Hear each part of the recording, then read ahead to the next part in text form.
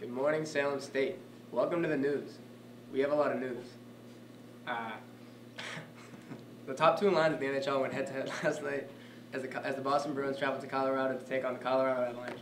The Boston Bruins got off to a hot start as they led 3-1 going into the second period. That was when young phenom Mikko Rantanen scored his league-leading 29th point of the season to spark a 5-point comeback as the Colorado Avalanche won the game 6-3. Now, over to Alex. Frigid temperatures at the big soccer game. According to Salem News, Swampscott High girls soccer team loses in the semifinals to Norwell High. Norwell will go on to play South Hadley in the state final. Now on to Aaron.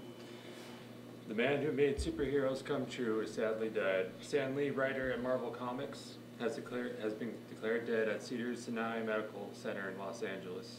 Captain America actor Chris Evans says he provided both young and old with a sense of adventure. To you, Nash. California communities come together to save animals caught in the wildfires in California. According to CNN, the Los Angeles County Wildfire and Control says that more than 815 animals were rescued from the fires in Ventura County. The group says there are more than 1,400 animals in their care. And back to you, Justin. We got a war on Christmas trees.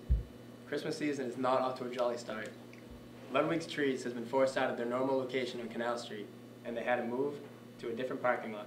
Mayor Josh Torrio was quoted as saying, "At this point right now, there's no practical space on Canal Street for them to operate out of." Here's hoping everything works out and everyone gets shrubbery. Back over to you, Alex. Again, frigid temperatures at the big soccer game. According to Salem News, Swampscott High girls soccer team loses in the semifinals to Norwell. Norwell will go on to play South Hadley in the state final. Aaron? In Boston, Airbnb is suing Boston over regulations aimed at cracking down on investors who buy housing units to list on the platform. The regulations ban renters and investors from getting renting apartments by night, but allow people to rent a room in their home or spare unit, provided they own and live in the property. Supporters hope the regulations will make the city's tight housing market more affordable. Back to you, Nash.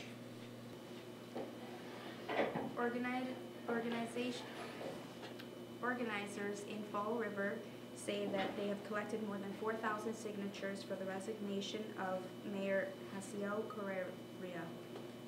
According to Boston News, Correa is accused of spending more than $230,000 from investors for an app he created. He is facing federal charges, and he has pleaded not guilty. Back to you, Justin. That's all for the news today. I hope you enjoyed our show, and don't freeze to death. Stay classy.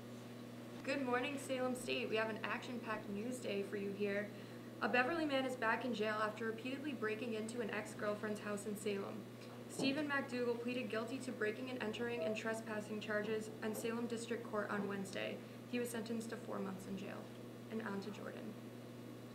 The head of Tower School is dead at 49. Tower School headmaster Tim Delahunty passed away unexpectedly yesterday morning. According to the Daily Item, he was affected with a sudden illness and was found at his home by his family. Delahunty was transported to Salem Hospital by ambulance and was pronounced dead. Delahunty became Tower School's headmaster in 2016. Now over to Maury. One of the city's longest-serving officials is retiring from politics. 34-year city councilor and school committee member Tom Fury told the Salem News that he does not plan to run for re-election in 2019 when his current term on council ends. Fury said he will continue to work part-time as a guard at Peabody Essex Museum and remain an active advocate of Salem's sister city relationship with Ota, Japan. He turns 70 tomorrow. Now to Deanna. A Salem State professor has received the 2018 American Historical James Harvey Robinson Prize for her outstanding work in history. The Salem Patch Report's Dr. Bethany J. is the winner of this year's prize for her contribution on the book Understanding and Teaching American Slavery. This book explains how teachers can more effectively integrate the study of American slavery into the classroom, providing content and resources while also encouraging teachers to teach slavery as fundamental and not incidental in U.S. history. Now back to Sarah. Again, A Beverly man is back in jail after repeatedly breaking into an ex-girlfriend's house in Salem. Stephen McDougal pleaded guilty to breaking and entering and trespassing in Salem District Court on Wednesday. He was sentenced to 4 months in jail. Now over to Jordan. A man was pronounced dead yesterday morning after being struck by a train in Central Square in Lynn. According to the Daily Item, the 40-year-old man died overnight after being brought by a helicopter to Tufts Medical Center. Police are investigating why the man was on the tracks and have yet to release his name. Now over to Maury. You may have noticed all the staging at the historic Brookhouse home on Derby Street. According to the Salem News, workers are replacing the slate roof and repairing all 7 chimneys on the 209-year-old red brick mansion. The work was made possible by a grant from the Cummings Foundation. The building is one of the oldest nonprofit rest homes in the country and is now home to 36 senior women. Now to Deanna. The Satanic Temple in Salem is suing Netflix for the misrepresentation of their one-of-a-kind statue of a demon god. WHDH reports that the streaming site used the statue without permission and not only stole the image but changed the meaning to something the temple does not support. The Satanic Temple is suing Netflix and Warner Brothers for $150 million and hopes the statue will be removed from the show moving forward. Now back to Sarah. And that's it for the news today. Have a great day. Good morning. Welcome to Salem State News. California communities come together to save animals caught in the wildfires. According to CNA, Los Angeles County Animal Care and Control said that about 800 animals were caught in the wildfires.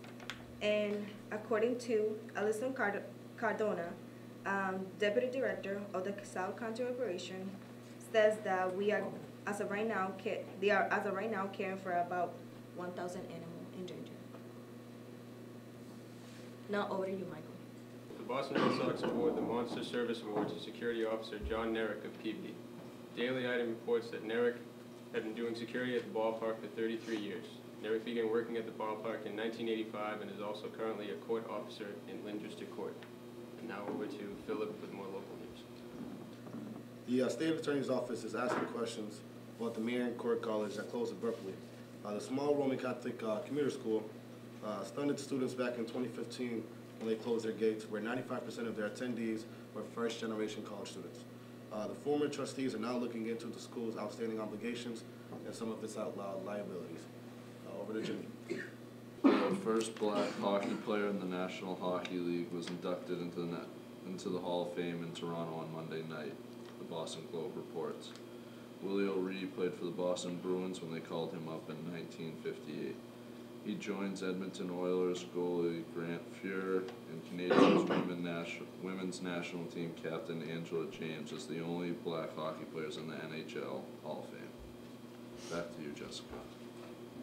California communities come together to save animals caught in the wildfires. According to CNA, Los Angeles County Animal Care and Control says that more than 800 animals were caught in the wildfires in Ventura County. According to Alison Cardona, Deputy Director of the South County Operations, says that they're caring for about 1,000 animals as of right now. Back to you, Michael. Thank you, Jessica. The Blue Line may be getting an extension into Lynn.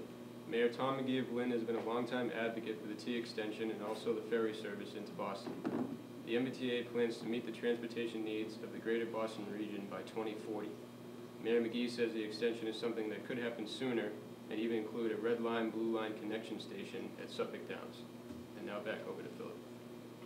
A longtime private company, Levi Jeans, will be going public in the first quarter of 2019.